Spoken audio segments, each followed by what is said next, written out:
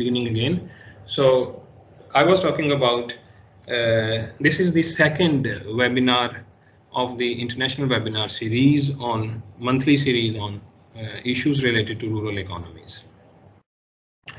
The first one was held on 25th of the last month, and the presenter was Dr. Stephen Sclizzi from University of Western Australia.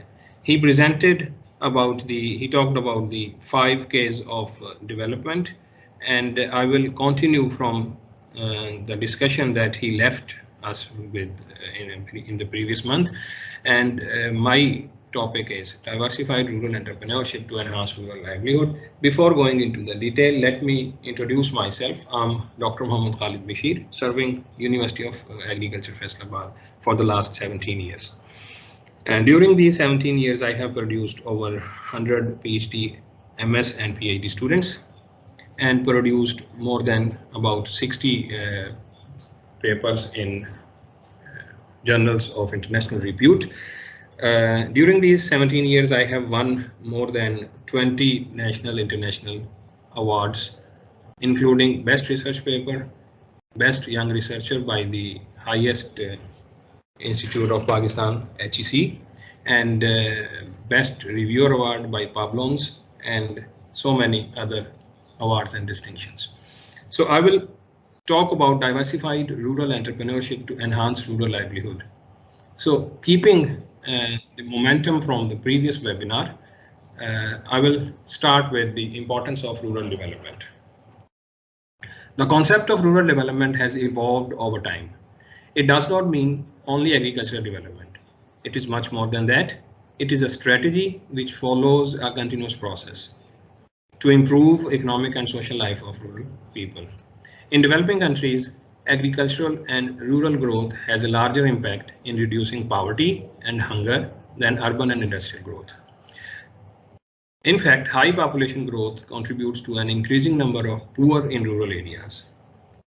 So improving rural livelihood is thus an issue of great importance, and it is directly related with rural development. So more than 50% of the population in developing countries live in rural areas. Rural challenges are often severe and sometimes insurmountable, as globally extreme poverty has been significantly reduced, but in rural areas it is still existence. So here comes the role of Sustainable Development Goals, which demands priority to rural areas. If we talk about the Sustainable Rural Development Goals, first 8 goals are directly related to rural development. That is no poverty, zero hunger, good health and well-being, quality education, gender equality, clean water and sanitation, affordable and green energy, and then decent work and economic growth. That is economic growth of the rural areas. Again, 10, 12, 13, 15, 16 and 17. These goals are indirectly relevant with the rural development. That is reduced inequalities, responsible consumption and production, climate action, life on land, peace, justice and strong institutions, and then partnerships for the goals. New paradigm of rural development. Before going into the detailed discussion of new paradigm of rural development, I will just talk about the existing paradigm. So we have 5 main components. If we divide this paradigm into main components, we will find what are the principles, key target sectors, main approaches, actors, and main tools. So the current scenario's principles are focusing on rural areas only. The key target sectors are agriculture and rural communities, and main approach is project-based. That is, for example, green revolution and agricultural technology, etc. So the actors are government institutions, donors, and farmers. Main tools are the subsidies. So a new paradigm was suggested by various studies. The most important ones are OECD 2016 and MESM in 2017. They suggested that the principles should be focusing on linking rural areas to cities and regions. Key target areas should be multi-sector rather than agriculture and rural communities, and main approach should be context-based rather than project-based. When we talk about the context-based approach that will be natural, economic and social institutions. We will be developing all these institutions which will help rural areas to grow. The actors will be then multi-agent through participation and collaboration, and the main tools will be investments rather than subsidies. So when we talk about investments, it means that we are inducing rural areas to grow by themselves rather depending upon governments and put pressure on government exchequer. So when we talk about principle linking rural areas to the urban centers, that is rural-urban linkages. So rural-urban linkages are two-way flows between rural and urban territories of various sizes, which are functional and structural. So movements of people, goods, capital, services, information to and fro from rural areas to urban and urban to rural. Similarly, social transactions and administration and governance, flows of technologies, lifestyles and culture. Rural-urban relationship is not rural-urban partnership. Rural-urban relationships refer to the actually operating functional linkages between rural and urban areas, while rural-urban partnerships refer to the initiatives to formulate, adapt, and implement an integrated policy. So we have to change the existing rural-urban partnership scenario relationships towards rural-urban partnerships. So how these linkages will work? So this is a diagram which shows that the functional structure is economic, spatial, and governance. And these are the population, human capitals, commuting, investment and economic institutions, service provisions, and environmental goods and amenities, governance, interactions, partnerships, and physical distances from rural to urban and urban to rural areas, depending upon the size and performance of both these sectors or areas.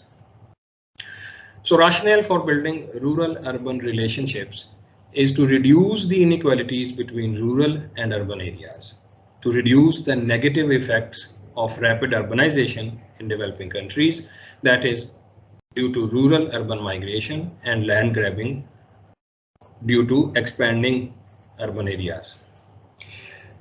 To ensure sustainable regional development through economic dynamics, social linkages, and environmental strategies. So what could be the starting points? The starting points may be improving rural-urban connectivity, investing in rural areas. So first one is connectivity, that is the infrastructure development that is basically on part of the government and governmental institutions. Investing in rural areas partially by the government and partially by the individuals. And number three, institutional partnerships. Again, institutional partnerships, there are private-public partnerships. So what we can do? We can do, that is the need for rural entrepreneurship. Need to invest. Need to invest. So what will happen if we invest in rural areas? It will generate rural employment that will create more skilled and productive workforce that will lead to reduced child labor and manage migration. And then eventually it will improve rural production that will help improve or increase income of rural communities and empower them. Once they are empowered and their income is increased, due to increased income, their purchasing power will be improved. When they are empowered, their skill acquisition and bargaining power will improve. Both these purchasing power and acquisition of skills and bargaining power will improve their livelihood eventually. So Gandhi once said that poverty cannot be eliminated by mass production, but only through production by the masses. So the aim of this webinar is to introduce this kind of thinking into the policymakers as well as the individuals, that we have to come into the production process rather than finding a job. We have to become an entrepreneur ourselves. So types of rural entrepreneurship, what could be done in rural areas? There are so many things in literature available. A few are listed here, that is food processing, mineral-based industry, agro-based industry, chemical industry, engineering and non-conventional engineering industries related to small, medium and large agricultural activities. And then major industry, textile, services, cottage and handicraft industry. So all these things are open. Now the question arises, how to start an enterprise? The biggest issue in developing countries is lack of capital. Most of the times you will hear people saying that I don't have enough money to start a business. Which business can be started without any money? So these are all myths. These myths were busted by Robert Kiyosaki, as he listed over 50 businesses which started with no or very little money. For example, Shopee, Shutterstock, and Wirecutter, etc., etc. You can search on Google the articles written by Robert Kiyosaki and the videos on Rich Dad that will help you to understand how you can start a business without having any money. So what actually is needed to start a business is your intellectualism. That is an idea, how you think, how you develop an idea, how you talk about independence rather than you put yourself to slavery by offering yourself in searching of a job. A business then. First, you have to groom yourself. To groom yourself, the most important and key point is consistency and courage to bear the fears and criticism. What sort of fears? What sort of criticism? Are you crazy? This is a very crazy idea. How would you do that? It's a very, very, very silly idea. Sometimes even harsher reactions from your community, from your friends, even your family. But you have to be consistent. You have to enhance your courage to bear all these fears. What if I fail? What will happen? What people will say that he was a crazy person? Remember, all the inventions and all the successful business people, they were crazy and they were consistent to achieve their aims. So once you have to set your aim, you have to be consistent and you have to be courageous enough to experiment. And then you have to think broader. Think broader, that is out of the box, and get connected to the people. Do not keep it to yourself. Discuss it with people. Once you discuss, once you try to learn to deal with the criticism, do not answer to the criticism. Deal with it. Try to learn from the criticism. Sometimes criticism is just for criticism, but most of the times it gives you ideas. Fetch those ideas from that criticism and think broader. Once you are all set, then set smaller tasks to and achieve them. Do not leap. Do not jump. Do not think to achieve a larger goal. Don't think that it is an overnight process and you will be a rich person. Today you will sleep poor and tomorrow you will wake up as a rich person. You don't have to think about that. Be consistent. So make teams, make smaller teams. Teamwork helps you to prosper. Don't expect to earn overnight. Once again, don't expect to earn overnight. Slow and steady wins the race. There are no shortcuts in real life business environment. Once you are all set up, then take action. Start selling any product, at least start selling anything. Take an action. Once you have an action, you don't need to quit.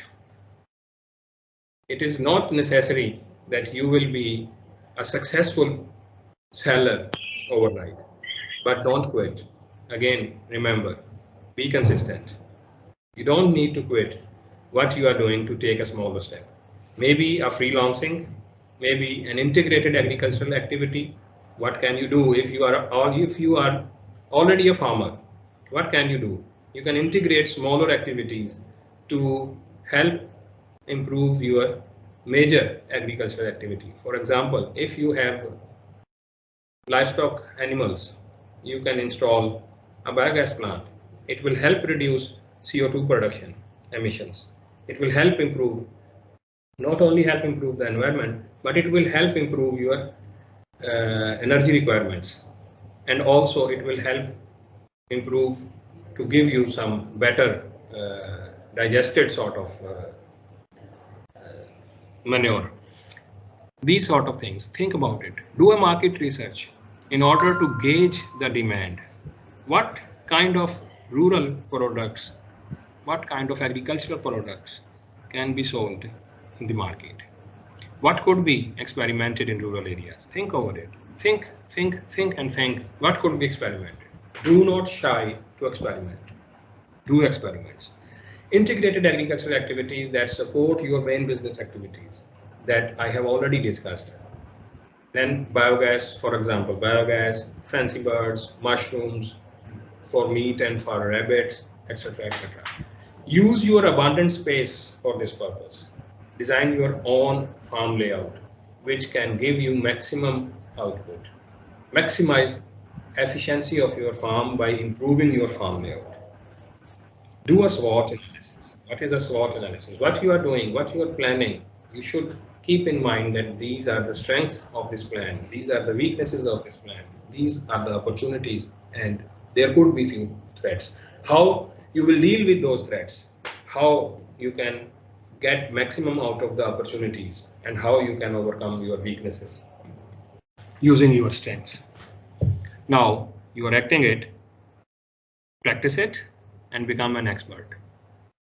To become an expert, you need to practice, and you need to study the technicalities and production and markets.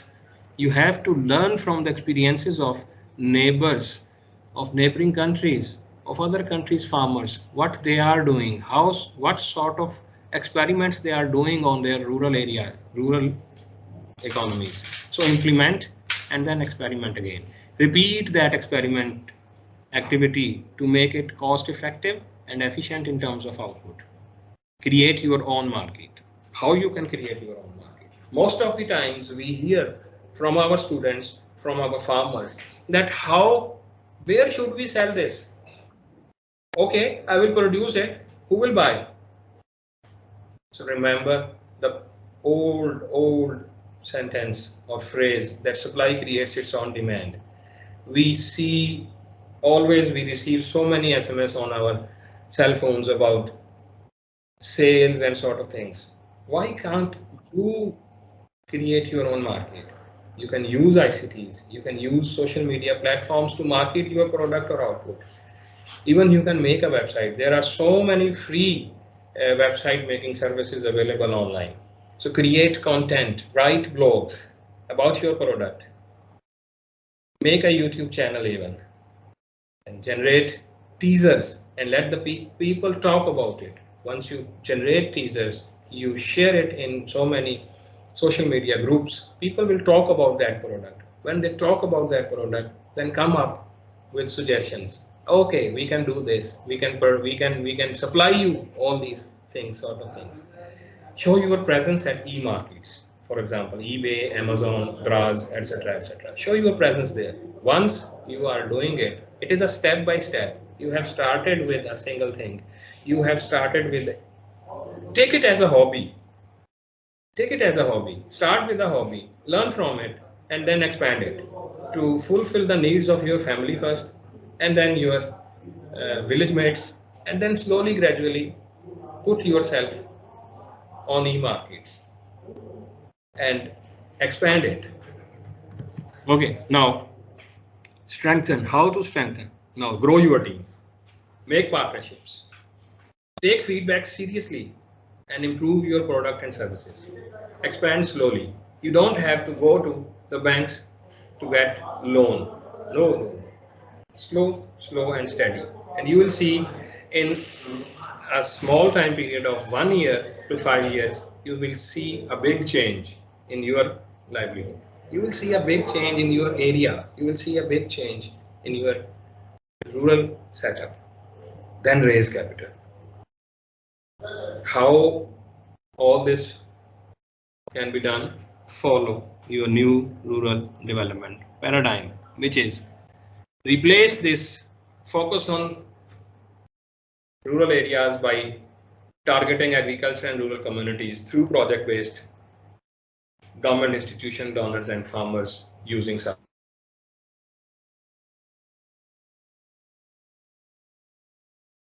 intelligence through multi-sector approach using context-based material, multi-agent through participation and collaboration, replacing subsidies with investments. You can do it. Everyone can do it. But we have to think. We have to think. An idea can change your lives. Thank you very much. Let us open it for discussion. Any questions, please?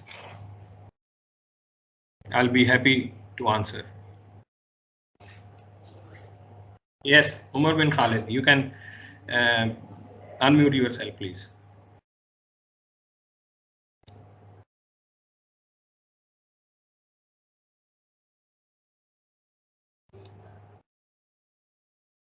Umar?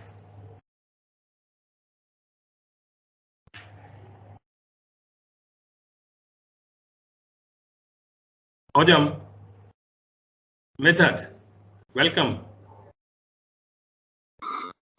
Oh, thank you very much, Aret. Good morning, everybody.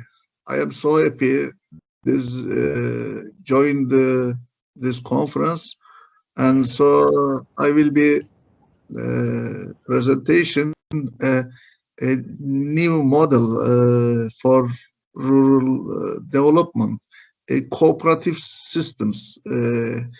It is ready. When you can start, I can do it.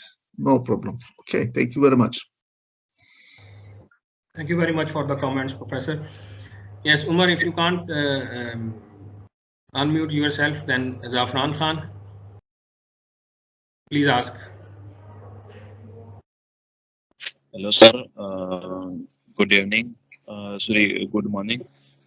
Sir, I wanted to know, sir, if a person living in a rural area, a person having no knowledge of having ideas, a person having no skills of developing any ideas, a person having no any concept of what is idea, and a person having no concept of what is creation of new ideas, how he will develop such a new idea and take initiation towards its life development.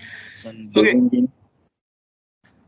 I think you are asking about if a person is living in a rural area, then how come he come up with an idea?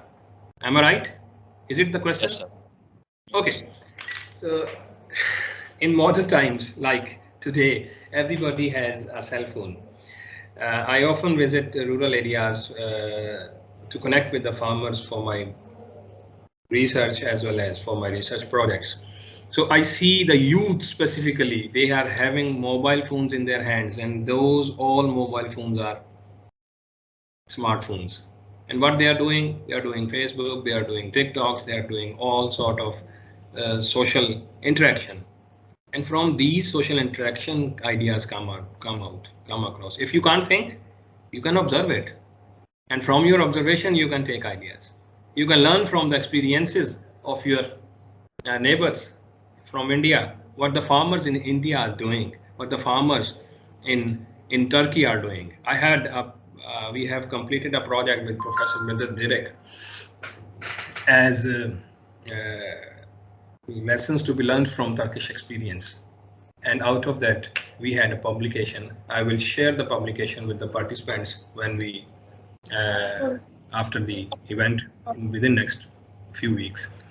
You can read that. The youth is very much interested to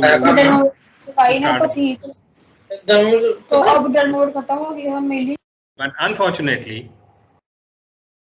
they are stuck with these sort of, I will say, lame excuses. This is a lame excuse. One of those lame excuses that from where I can get money, how can I start a business without money? So this is another lame excuse. I'm sorry to say, but it is a lame excuse that how can I start? How can I fetch an idea? Idea is around us. We have to just click it. So, John, I hope that I answered that question. John Abbas. Yeah. Good day, sir. Sir, actually, I want to know that which steps are being taken up by the Pakistan government to empower the small businesses in the rural area. Like, what our government is doing to empower the farmer? There are so many steps that the government is doing. Strategies. I just want to know the current. You see, there are so many subsidies and there are so many programs, including SARS program and including small loans sort of things. Government is providing you the opportunities. The thing is, why we are looking at the government? As an economist, I always remain of the point of view that we don't have to look for help from the government.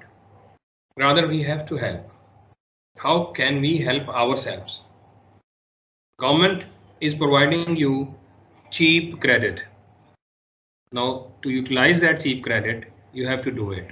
Government is doing so many projects in terms of improving infrastructure, in terms of connecting rural and urban areas. We have to utilize those projects in our favor. So there are so many other things. I don't want to go into the details that what government is doing. My focus of the talk was what we are doing to uplift ourselves. Government, let the government do its job. What we can do, how we can improve our livelihoods through diversified rural entrepreneurships. There are so many projects. There are always so many projects. The previous government, current government, and the previous. All governments had something to offer to rural areas. But how have we ever come out with some ideas to get maximum out of it? I hope that I answered that. Mohammad Imran.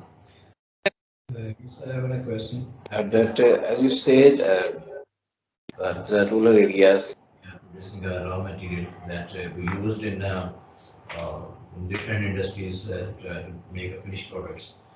The main what is the thing you think? I think it is signing out. Let me check it again. Sarmad Mushtaq.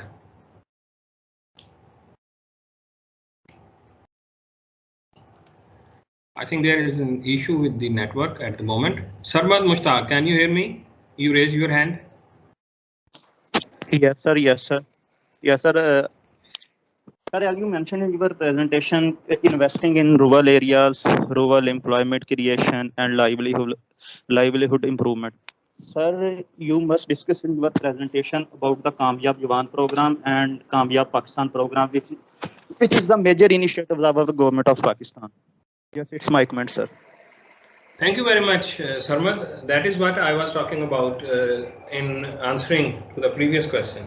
So there are so many programs by this government, by previous government, by previous governments. The focus of this talk is not on what government is providing us. The focus of this government is what can we do, how we can help ourselves without looking at the government. Why we are looking for subsidies all the times? We should invest. Government can provide you cheap credit. That is Kamyab Jawan or Kamyab Pakistan program. What is that? That government is helping you with cheap credit. Am I right, Sarmad? Yes, sir. So government is always helping. So what we are doing with that credit? So initially I started with, you don't need so much credit. First build your expertise and then move towards credit. Otherwise it will be a bad credit and it will not only harm you, but it will harm the government as well. Because you won't be in a position to pay it back. Do something before taking that loan. Government can offer loans, government can offer infrastructure development, which they are doing. So I hope that answers your question. Yes, sir. Yes. Thank you. So Imran, please. So this is my question. Whether our materials are playing a vital role in increasing GDP. and finished goods. So, what strategies and what criteria we could adopt the economic activities, all the economic sectors they shut down in these types of seasons, like whatever the equipment habits. So, it's also affecting all over the world economy also. I think more than 12 years ago, 2008, when there was a slump, economic slump and the banking recession over here. Yet the industries is going on, but our industries is depending upon the rural area because they are producing raw materials and they are producing the items like fruits, vegetables, rice, meats. We go get imports, exports, and get the. So, but people are also getting very skilled farmers there, and they are also very. But unfortunately, they are not paying fairly. They are not so much educated in the rural areas. They are not much aware about it. I think there is a need to improve their living standards so that you can participate in the growth of another country. So what steps we could take in a governmental level, state level, institution level, improve their living standards? Well, there are so many things. First of all, I presented that at government and institutional level, we can go for rural development. That is, basically, we can say that rural infrastructure development. So governments are always helping people, rural people, by providing infrastructure facilities. So now, utilizing those infrastructure facilities in our favor, it is our job. Now, people are, you say that there is education problem sort of things. I think our farmer is very wise. You know, the farmer knows when it will rain. The prediction of a farmer is always right, while the prediction of your metallurgy department may be wrong. So farmer is wise enough. Unfortunately, we have come a lot away from our indigenous knowledge. So we are not using that indigenous knowledge. So farmer is well informed. He has an access to latest technologies, latest equipment, and specifically with this handheld machine, which is known as mobile phone. He is connected with the world. He's getting ideas. The problem is there is lack of will, basically, lack of will. So our youth thinks they are looking at glamorous TV programs, TV dramas, and they are commercialized.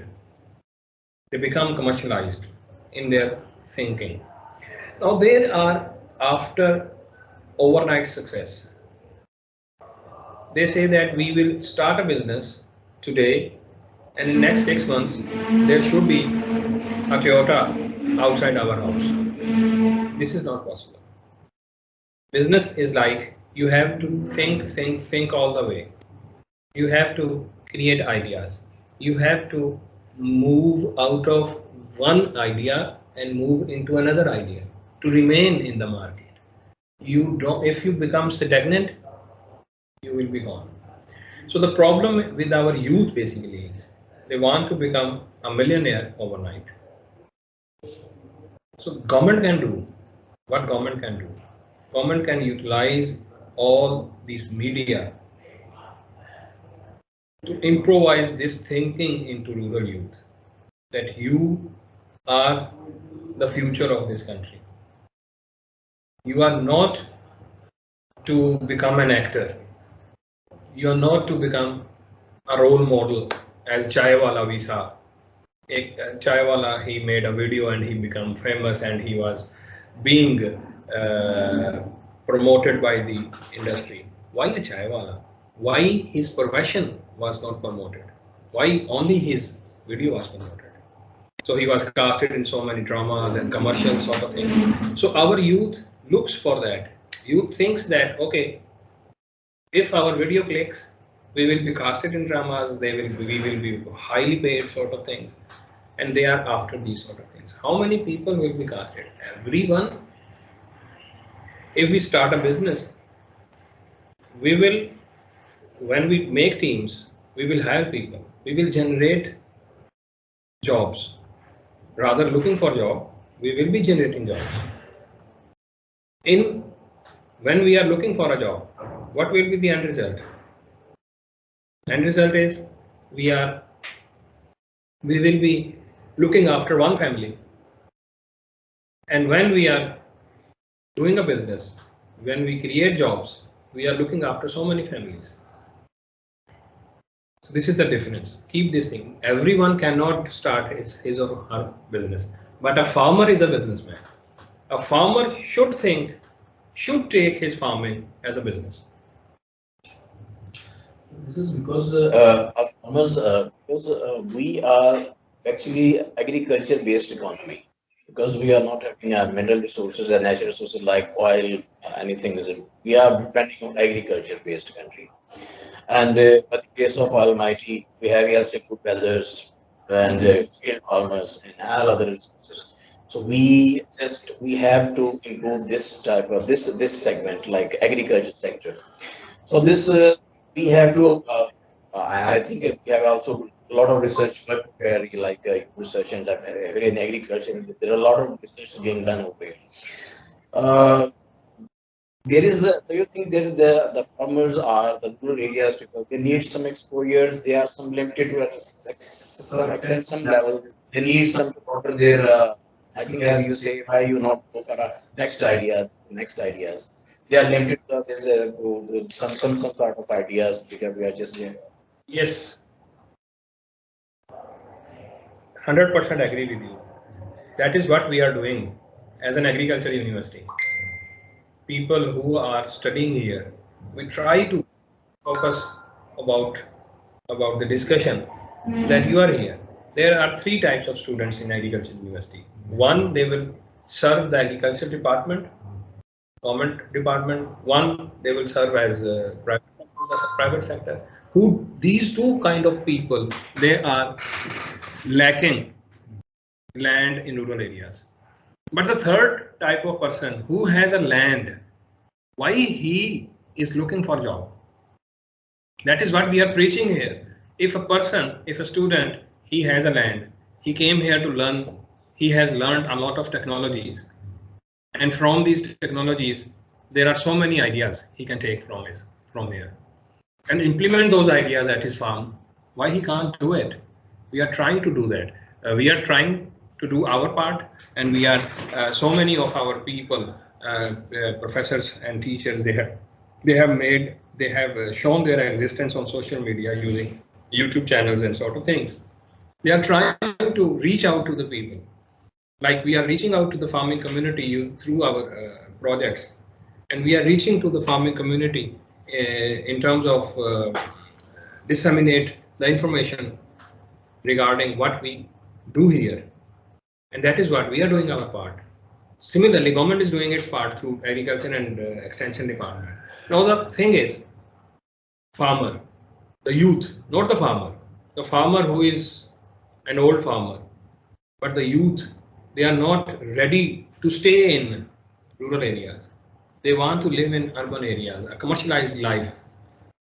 A commercialized life can be enjoyed by staying in your rural area, by focusing on your land, helping your fathers. And I request all the previous generation fathers that let the new generation implement their ideas. Let them experiment. Do not be strict. This is another problem, that the previous generation, they are very strict and they do not like experimentation. So whenever we are in the field, I used to request the elders, then let the new generation experiment. Give them freedom to do that, and you will see the end results. You are absolutely right. The partial answer of your previous question was, basically, if we see agriculture is providing raw material, specifically to the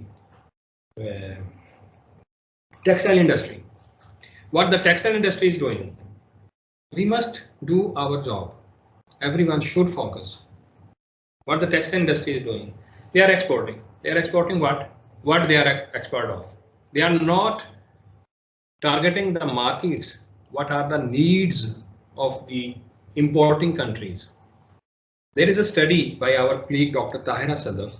She identified 100 items which we are exporting. And those 100 items are not in the top 100th priority list of those importing countries. Their priority is something else. We are selling them something else. While we are using the same thread, same thing, why can't we focus on their priority list? Top 10 priority items. Why can't we generate that? So we have to think out of the box.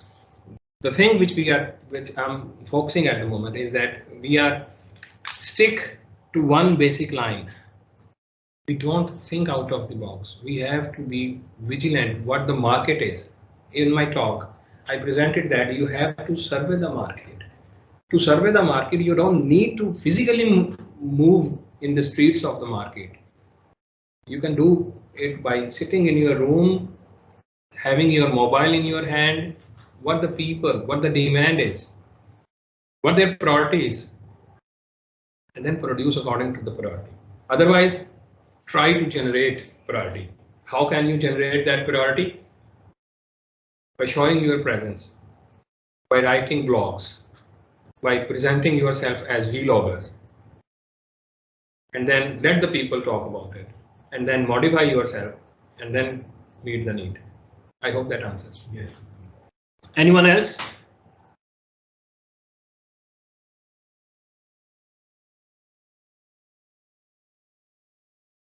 Anyone else, please? So, if there is no question, then thank you very much for your presence and listening to the second of the monthly international webinar series. We will be having Professor Midhat. We will be having Professor Midhat Direk in our next webinar, which will be held on most likely on 17th. On 20th of next month, 20th, the third Friday of August. Professor Midhat from Selçuk University, Konya, he'll be presenting about cooperatives in agriculture, how rural cooperatives can help rural areas to become a successful economies it's by themselves, and presenting the success stories from Turkey. So last question, Tahmina. Good afternoon, sir. My question is that what strategies help countries to uplift their rural areas, and how these strategies can be implemented as pilot projects in our country to boost our economy? Okay, there are so many things which I have already, I think, partially answered your question while answering the first question, that how government can help, and then a comment from Sarman Mushtaq that I forgot to mention current government's two Kamyab Naujawan and Kamyab Pakistan projects. So I did not forget. Basically, I praised the government about that. So government is doing its part. Again, and now you are asking that what sort of strategies that government can do. Government is already implementing its strategy. Now it's our job to help government to become a successful implementer of those strategies. Without our help, government cannot implement those strategies. I hope that answers.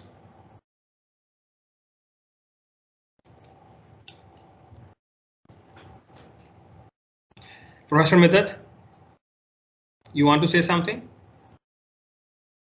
Yes, sir, but I am asked my question actually is that our government is doing so many things, but the results are not so much fruitful as we can see in 12 countries.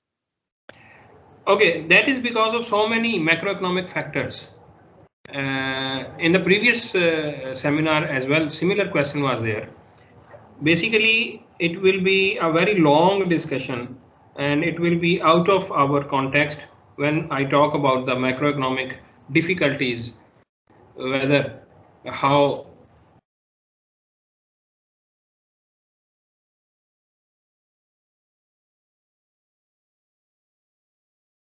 have to think about that we are not looking things in a vacuum. There are so many things happening around us. So there are so many people who has so many aims and objectives. So there are so many hurdles. Specifically, the macroeconomic situation that will. This is not the case that the rural development programs were all the failures. No, no, they were. There many of them were successful, but the efficiency was not up to the mark. The loss of efficiency is due to so many factors, so many macroeconomic factors, in fact. I hope that answers now. Okay, sir. Thank you so much for your answer. Welcome. Professor Vidyut, you wanted to say something? Thank you very much. It is a big question to all. How can we develop to rural areas? There are many things, many models, and some of models, the cooperative models. And because rural area people and poor people and non-educated people and all less educated people, so not cooperative each other, separate so systems use these people and separate things. So a big question, in my opinion, how can we develop to rural areas? I thought this is a question, good discussion, and there are many people think about this question. But your opinion and your offer, especially entrepreneurship,